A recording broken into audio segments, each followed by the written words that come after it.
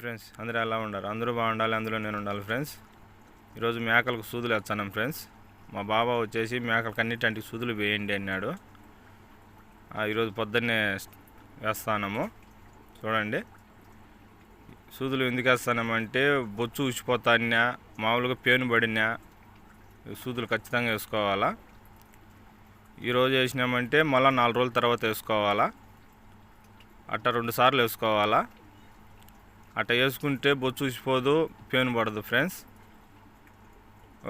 పిల్లకు వచ్చేసి 1 ml వేసుకోవాలా, పెద్దాంటికి వచ్చేసి 2 ml వేసుకోవాలా.